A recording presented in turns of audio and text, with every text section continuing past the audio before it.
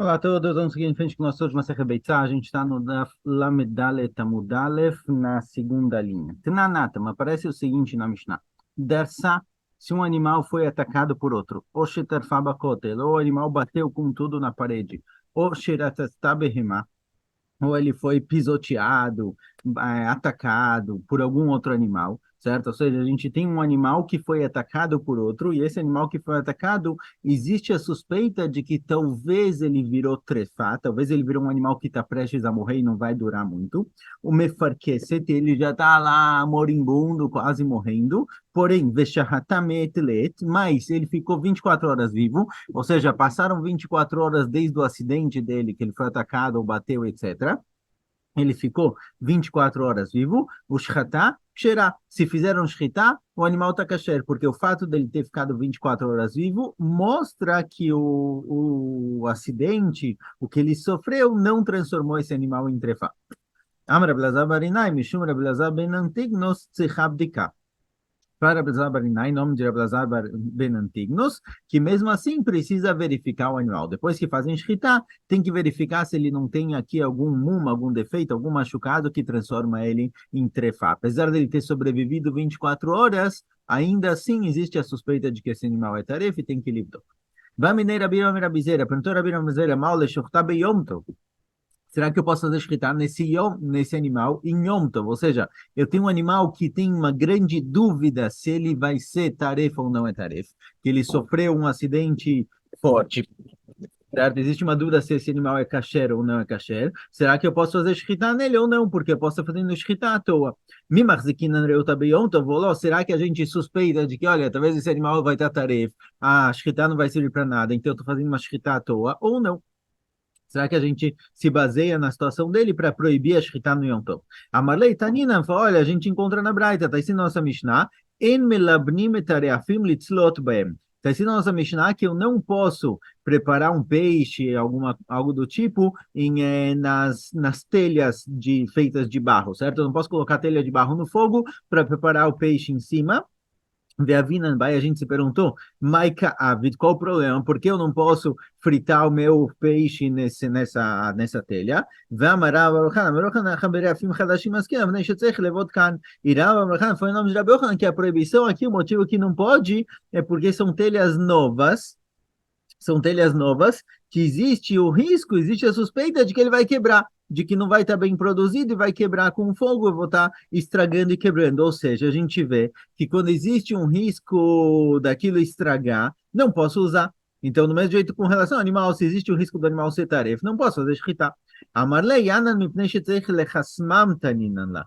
Falou a Rabina Praviseira, não. Eu sigo a segunda explicação que foi trazida aqui em cima de por que eu não posso colocar essas grelhas no fogo. Eu não posso, essas telhas, eu não posso colocar a telha no fogo porque o calor vai secar e endurecer a grelha e aí ela vai ficar completamente pronta. Esse é o problema. Ou seja, o problema aqui não é porque talvez o negócio vai estragar ou não. O problema aqui é porque realmente eu vou estar fazendo alguma coisa na prática, eu vou estar fortificando essa telha, por isso não pode. Então, talvez quando eu tenho dúvida se vai servir ou não vai servir, pode ser que eu possa testar pelo menos. Na dúvida, eu não vou proibir. Então, na dúvida se o animal é tarefa ou não, está liberado. Mas a grelha é proibida, porque a telha é proibida, porque na hora que eu ponho no fogo, isso fortifica. Tânia, fala Braita. Errado, me vi taur. Fala Braita o seguinte: se uma pessoa trouxe o fogo, acendeu o fogo, Vejat me vita et cima, outra pessoa colocou mais lenha no fogo. Vejat feita outro colocou a panela em cima do fogo. Vejat me vita maim, outro colocou água na panela. Vejat natan et outro colocou dentro dessa panela temperos, o que for ser cozinhado. Vechad Megis, e um foi lá e mexeu a comida na panela. Kulam Hayavim, todos transgrediram proibição no Yom Tov, certo? Todos fazem parte do ato de cozinhar. Então o cara trouxe o fogo, outro a lenha, outro a panela, todo mundo participou da Melachá e todo mundo é Hayav. Veatania Haran Hayav, perdão, mas tem uma brecha que está escrito que só o último é Hayav, e Kulam Turim, todos estão liberados, todos são isentos. Vamos lá, Lokasha, Deatiur, Meikara, Deatiur, Lebasof. Depende de quando trouxeram fogo. Se o fogo foi o primeiro a ser trazido, então todo mundo que veio e foi colocando lenha e a panela e água e o tempero e mexeu em cima do fogo é Hayav. Mas se o fogo foi o último, ou seja, alguém colocou lá uma panela no meio do nada, o outro colocou água, outro colocou tempero, outro mexeu, não fizeram nada. O cara que veio e colocou o fogo, ele transgrediu a proibição. Então depende de quando foi trazido o fogo. Pergunta Gmará, Bishlema kun hukavdem mais sela shofetet agderá, mas cabe. Pergunta Gmará o seguinte, olha, o cara que acendeu o fogo, o cara que colocou mais lenha na fogueira, o cara que colocou água na panela, tempero na panela, mexeu a panela, a comida, esses eu entendo que fizeram alguma coisa, mas o cara que só colocou a panela em cima do fogo, o que ele fez? A panela em cima do fogo não vai cozinhar, não vai acontecer nada com a panela. Então tá bom que ele permitiu com que depois se colocasse a comida na panela, mas ele próprio não fez nada. Porque está escrito que ele é Hayav? Amar Rav Shimon ben Lakish, acha bekderach ashkina no mishum libun reafim na guba. Fala Rav Shimon ben Lakish, está tratando de uma panela nova, uma panela que acabou de ser produzida e ela ainda, as panelas produzidas de barro, elas também precisavam ser colocadas uma vez no fogo para endurecer, ressecar e ficar firme. Por isso é proibido. Por isso esse cara fez algo de problemático. Também ele terminou a produção da panela, que é colocar ela no fogo. Tanur Abanan fala Braita. Tanur Bekiraim Hadashim Arem Kechol Akelim Talim Bechatzer.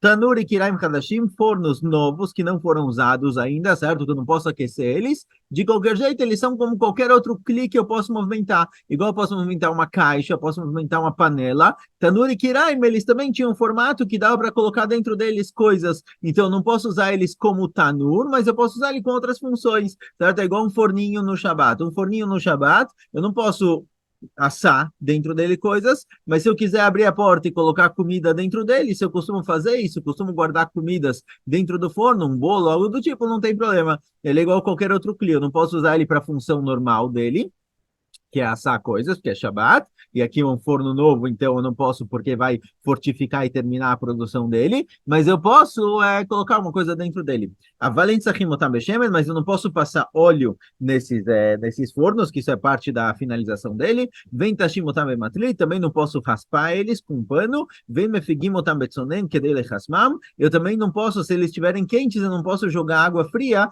que a água fria também endurecia, igual faziam com metal, colocavam no calor no fogo para ele pegar o formato que eu queria e depois colocava ele no frio para ele endurecer. Assim também é na produção de coisas de metal, não de barro, também não posso esfriar ele para endurecer. Isso é proibido. Vem bichule fotareis mutar. Mas se eu estou esfriando o forno porque eu quero cozinhar alguma coisa dentro dele, eu quero assar alguma coisa dentro do forno, e se ele está quente demais vai queimar, aí não tem problema. Ou seja, eu não posso esfriar ele quando a minha intenção é endurecer o barro e terminar a produção do forno. Mas se eu só quero esfriar ele um pouquinho porque ele está muito quente e o pão vai queimar, não tem problema. Tadra Banan fala Braita, Molgim etarosh vetaraglaim. É permitido pegar a cabeça do animal e as pernas do animal, colocar na água quente, na água fervendo, isso faz tirar todos os pelos e o cabelo do animal, não tem problema fazer isso. O mehavevim otambaur, também eu posso tostar um pouquinho no fogo, para tirar essas partes que eu não quero. Aval entoflim otam becharsit, mas eu não posso pegar um pedacinho de barro, velobe adamá, um pedacinho de um pouco de terra, velobecido ou concreto e passar no animal para tirar os pelos, porque, se eu não me engano, isso daqui é o modo original como eles faziam isso. Deixa eu ver o que Kirashi fala aqui. É... Assim que os trabalhadores faziam, certo? Esse era o modo normal de fazer. Então, para tirar os pelos da cabeça ou da perna do animal, ou da pata do animal, eu posso fazer isso colocando na água fervendo, eu posso fazer isso passando um pouco no fogo, mas não passando, não raspando com algum tipo de produto. Vem gozezimo também não posso cortar com tesoura. Vem gozezimo terek betisporetchelo, também legumes que eles têm às vezes aquelas folhinhas em cima ou algo do tipo, também não posso cortar essa parte do legume com tesoura. Isso se fazia geralmente no dia que se colhia os legumes. Então, quem vê a pessoa cortando com a tesoura lá vai achar que ele colheu hoje.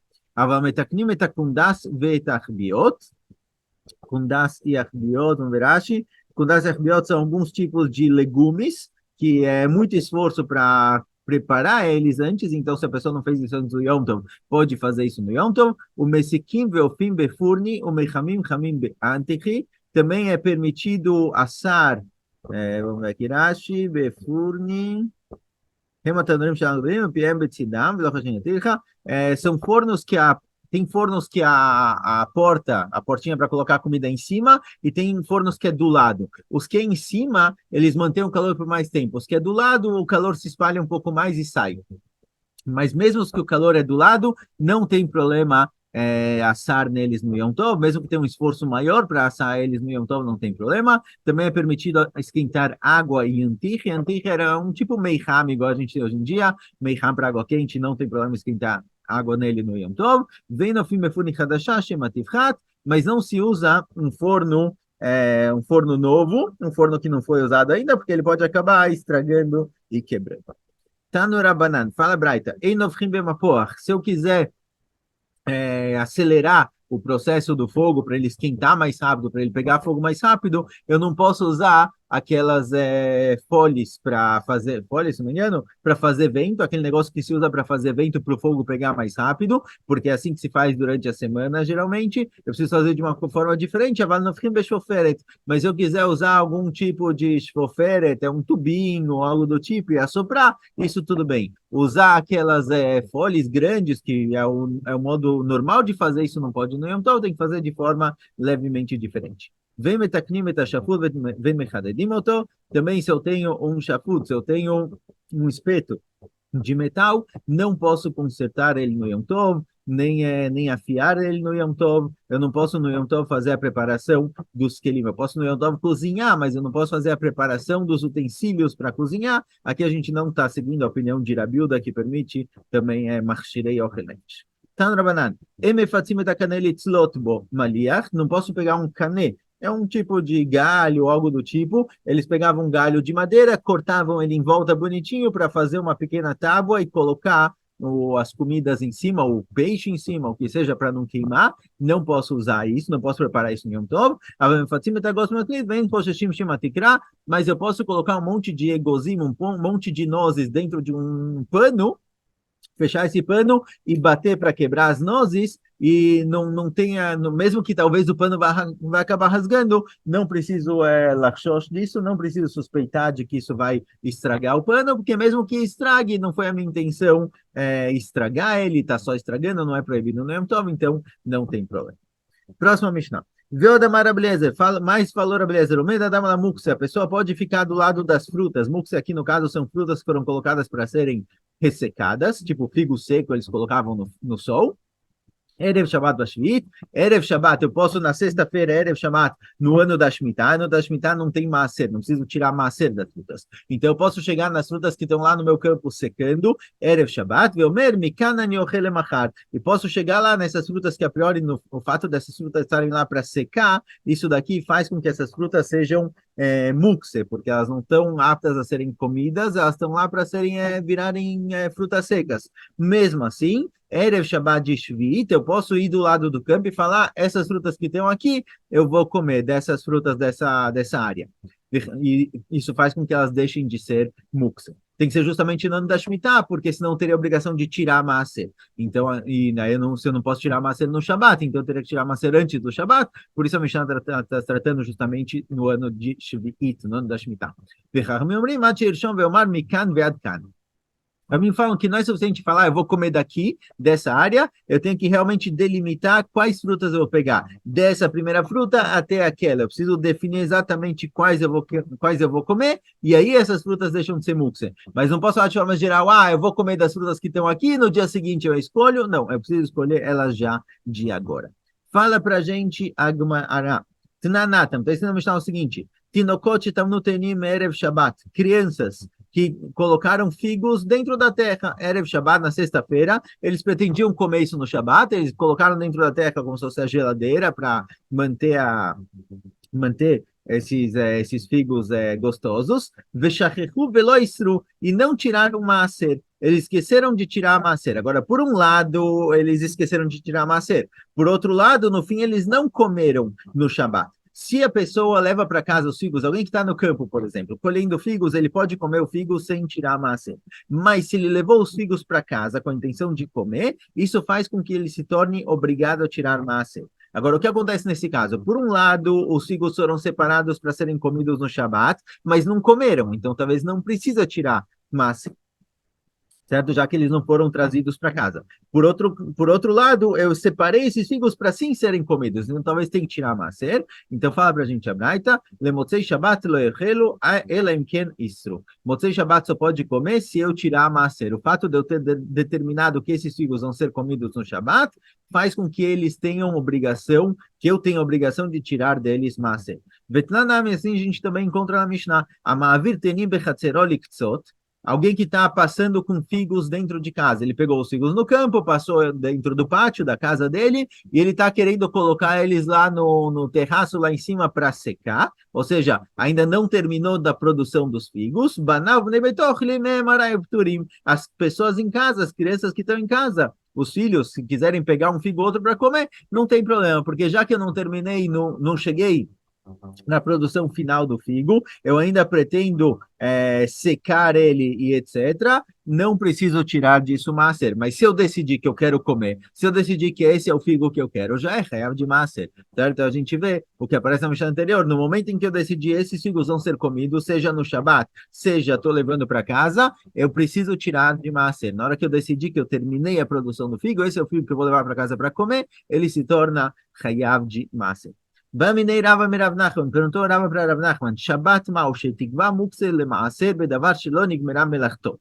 Pergunta Rava para Rav Nachman o seguinte, olha, um figo que não terminou a produção dele, por exemplo, certo? Um tipo de fruta que ainda não está pronta, ainda tem que ainda quero secar, deixar ele seco, algo do tipo. Lo Nigmera Melachto.